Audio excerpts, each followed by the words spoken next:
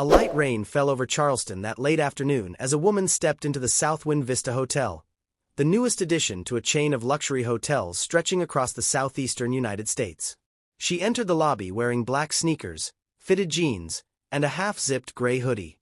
No makeup, her curly hair tied low at the nape of her neck.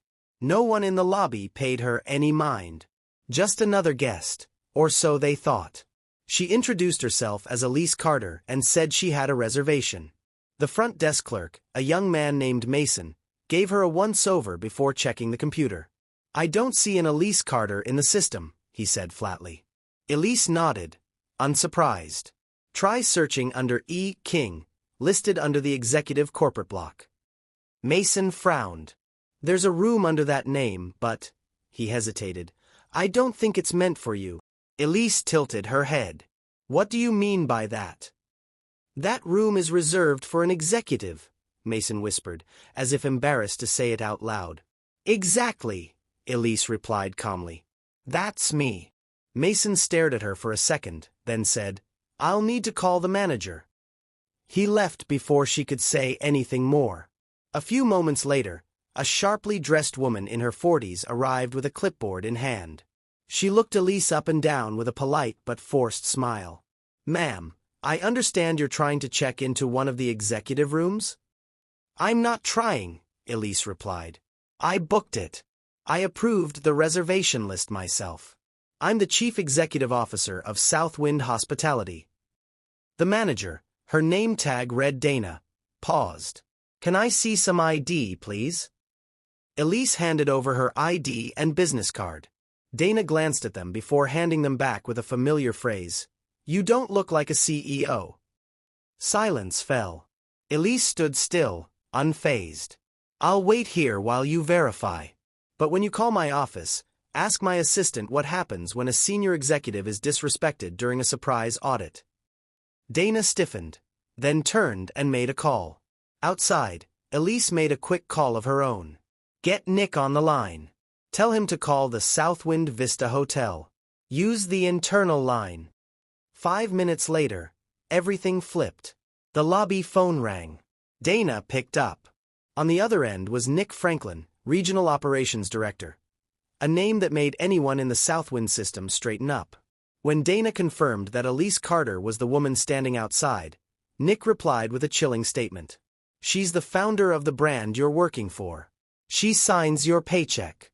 You're turning her away from a hotel she built." "Put me on speaker," Nick demanded. As the speaker clicked on, the lobby fell silent. "Now," Nick continued, "you're going to walk out there, apologize to Elise, and hope she doesn't decide to end your career today." Dana walked to the door and opened it gently. The rain was still falling. Elise stood quietly, calm as ever. "Ms. Carter," Dana said, her voice shaky but composed. "I apologize. There seems to have been a misunderstanding. Your room is ready." Elise looked at her for a long second. "Did you confirm who I am?" "Yes. We spoke with corporate." Elise gave a cool smile. "Funny. 10 minutes ago, I was just a woman in a hoodie who didn't belong here. And now." She walked past Dana without waiting for an invitation. At that moment, a man in a gray suit entered the lobby. Marcus Lane, Elise's trusted internal strategy advisor, who handled sensitive matters. He walked straight to the front desk and pulled out a document. "This is a system-wide notice of a surprise CEO inspection. Have any of you seen it?" Mason lowered his head. Dana turned pale. Marcus continued. "She didn't ask for special treatment. All she asked for was to be treated like any other guest. And you couldn't even manage that." Not long after, Nora Bennett, the regional HR director, arrived holding a flash drive. "We've pulled the lobby footage. Audio's clear. There's no denying what happened." Dana and Mason were escorted to an office for an internal review. Meanwhile, Elise sat quietly in a lobby chair, letting out the first sigh of the day. Marcus leaned in. "You okay?" "I'm fine," Elise said. "Just tired of having to prove I belong, even in a building I helped create." The next morning, the entire management team of the Southwind Hotel chain attended a 7 a.m. emergency meeting. Elise entered a small conference room in the hotel and addressed the team. I didn't come here to get angry. I came to fix something bigger, our culture. When you judge someone based on how they look, you're not just insulting them, you're insulting the values this company stands for. An older housekeeper with silver hair raised her hand. I've never met you before, but I always knew someone had to be behind what makes this place feel special. Now I know who it is. Elise nodded. Thank you. But don't let the fact that I'm the CEO be the reason you treat people better. Do it for everyone. Every day. The story spread quickly, not because of outrage, but because of calm resolve.